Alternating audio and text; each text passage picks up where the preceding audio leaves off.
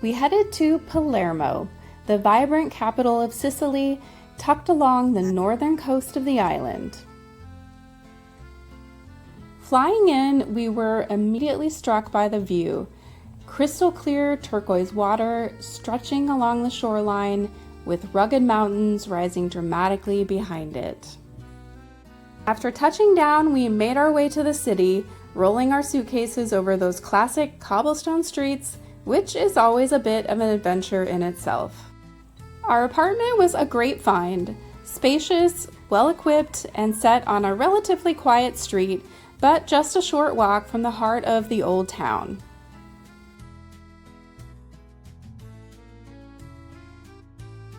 We set off to explore the busy streets, and it felt like there was an architectural gem on every corner.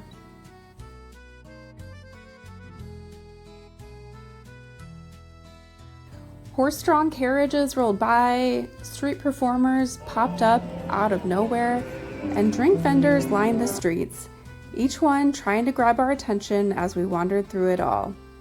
Every turn felt a little chaotic, a little magical, and completely full of life. We stopped for a local Messina beer, brewed with a hint of Sicilian sea salt, which felt very on brand for where we were. We headed to dinner for a classic caprese salad and pizza, which were excellent but pricey in this touristy part of town. We went out for coffee and pastries the next morning, but we knew a grocery run would be in order to stick to our budget. We loved exploring Palermo, checking out iconic spots like this one, the beautiful Teatro Massimo, famously featured in The Godfather Part 3. But honestly, our favorite moments were the unplanned ones. Just walking the streets with no agenda, seeing what we'd stumble upon next. We'd stop for an Aperol Spritz when we needed a rest, or a panini when hunger hit, and just soaked in the energy of the city as it unfolded around us. The next day, we visited the stunning Palermo Cathedral. There are a few ticket options, and we went with the one that includes the museum, crypt, treasury, and rooftop for about $15 per person. Inside the cathedral, it's grand, but surprisingly understated compared to some of the more over-the-top churches.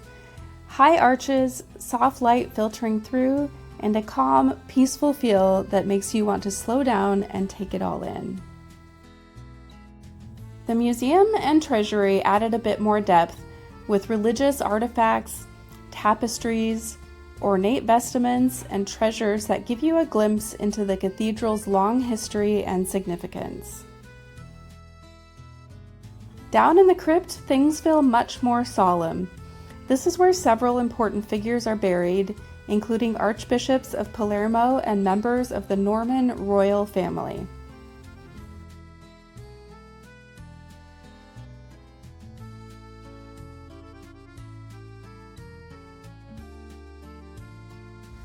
Some of the areas are accessed through a very narrow staircase, actually controlled by green and red light systems, giving you an idea of just how narrow and maze-like these passages really are.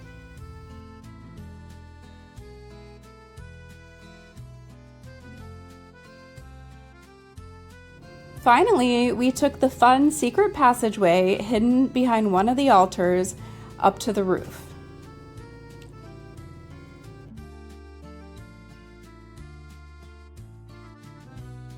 After waiting in line and squeezing through a few more narrow staircases, we finally emerged onto the rooftop, and it was absolutely the highlight of the visit. The sky was a deep, perfect blue, the kind that makes everything below look even more vivid. From up there, you get sweeping panoramic views over Palermo, with clay tile rooftops stretching out in every direction, church domes rising above the city, and layers of architecture blending from ancient to modern.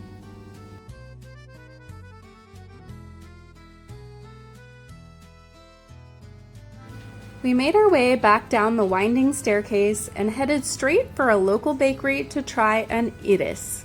An iris is a traditional Sicilian pastry Basically, a deep-fried pastry ball with a soft, rich filling inside. Ours was filled with creamy ricotta and chocolate, and it was every bit as delicious as it sounds, but very rich. So Troy decided he needed a coffee to balance things out. We wandered through a nearby park before heading back into the maze of cobblestone streets, where it felt like every turn revealed another architectural surprise.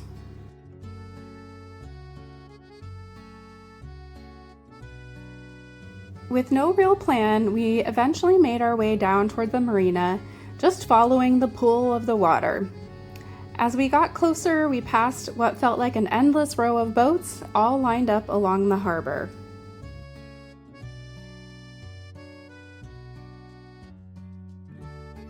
And then finally, we got that first real glimpse of the water, crystal clear, shimmering in the sun, and somehow even more beautiful up close.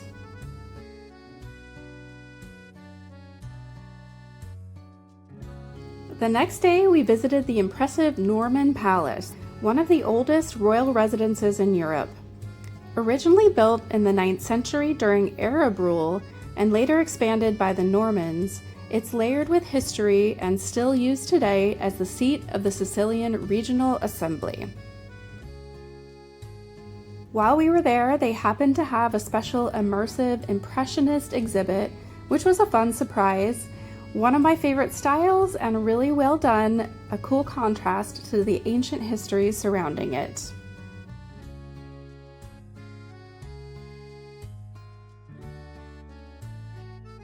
Next, we explored the archaeological exhibits, which dive into Sicily's deep past and is a reminder of just how many cultures have passed through and shaped this island. I couldn't resist documenting Troy's full transformation to European mode as socks and Birkenstocks made their debut. Apparently all in the name of breaking them in, so let's say he wasn't thrilled about the paparazzi moment. Next up was the stunning Palatine Chapel. The chapel dates back to the 12th century and is famous for its incredible blend of Norman, Byzantine, and Islamic influences. The ceiling is amazing, carved wood with intricate geometric patterns that almost look like honeycombs, and the walls are completely covered in shimmering gold mosaics that give the whole space this rich, otherworldly feel. This incredible statue by Michelangelo was never fully finished, abandoned after he found an imperfection in the marble. From there, we kept wandering through the palace, soaking in more of the art, architecture, and of course, those stunning mosaics that seem to be everywhere you look.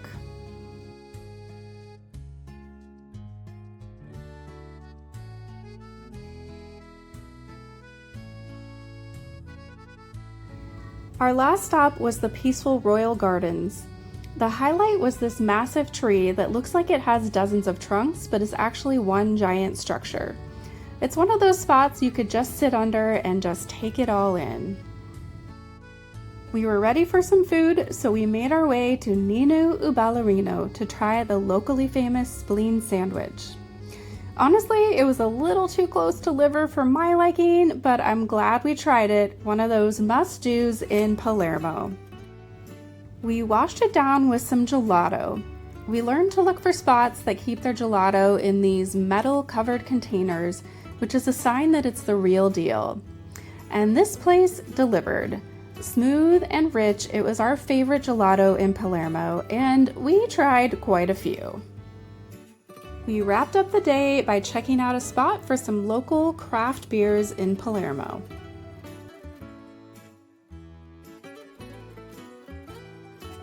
The next day, we hopped on a bus for about 30 minutes and made our way to Mondello Beach. The weather had been lovely, around 70 degrees and sunny, but felt too chilly for laying out or jumping in the water, but apparently we were the only ones who felt that way. We found the beach absolutely packed with people fully committed to sunbathing, swimming, and splashing in the water like it was peak summer. We were not so brave and opted to stroll along the coast, taking in that unreal turquoise water and the mountains rising up behind it. Of course, we had to pause for an Aperol spritz at a beachside cafe and soak it all in. Honestly, with views like that, it was the perfect way to spend the afternoon.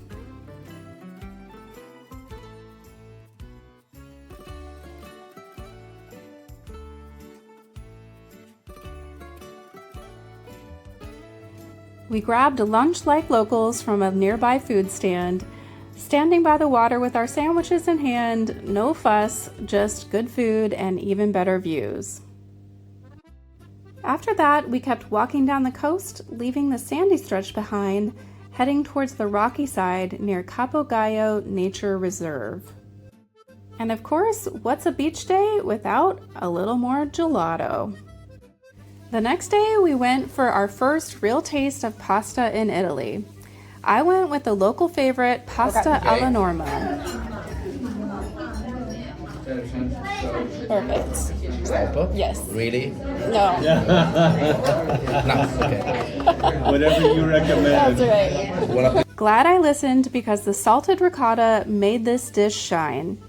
And afterwards, we did the homemade tiramisu because when in Italy, well, obviously. Oh, that's pretty good.